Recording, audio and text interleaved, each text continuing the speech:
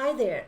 Today's subject is how you can use your existing written material to use as at least part of the content of your book. If you're an expert of any kind on any given subject, which I'm assuming you are if you're thinking of writing a book, then you may have written materials already, written information already on this subject. Maybe you have your own blog. Maybe you've written magazine articles, either online or in print publications. Or maybe you contribute regularly to LinkedIn, which, by the way, is a very good idea. So you've done the work. Why waste that work by just using it once and then forgetting about it? Instead, I'd like to suggest that you look through the material that you have on your subject and repurpose it into material for your book. Now, I use the word repurpose intentionally because you can't just take a bunch of blog posts and slap them all together and put a cover on it and call it a book.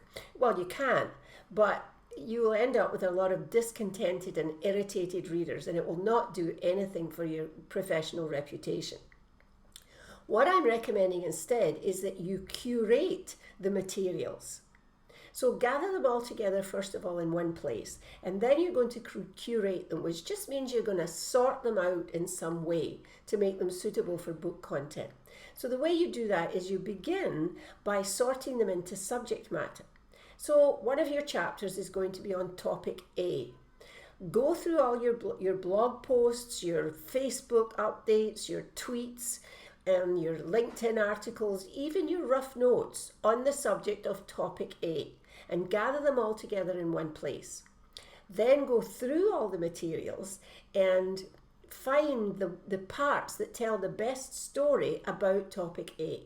Now, as you do this, you'll find probably repetition because you might have written essentially the same message in several different social media platforms, for example.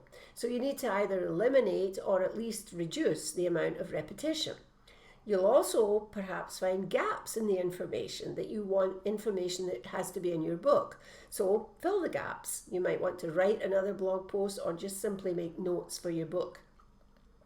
When you've done this, you will have a good meaty chapter on topic A. And now, rinse and repeat. Go through all your materials and find the materials for each chapter in the same way.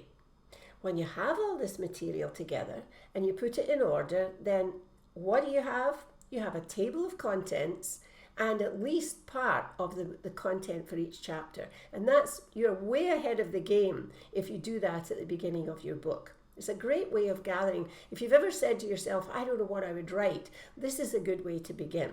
Now, you may have heard people talk about blogging a book. Blogging a book is a variation on this. It just simply means that you sit down, you write blog posts all on the same subject. And as you begin, you know that your intention will always be to take this information and make it into a book. Many people have done this successfully. My only problem with it is it takes too long. It takes a long time to have enough information in your blog to make a substantial size book. So it does work if you have patience, but I personally would rather see you just gather your existing materials and curate them and follow the process that I've outlined. It will give you the beginning, the content of your book, and help you get started. Writing is hard work. So why not squeeze every ounce of value out of all your writing? And the best way to do that is to use it to write your book.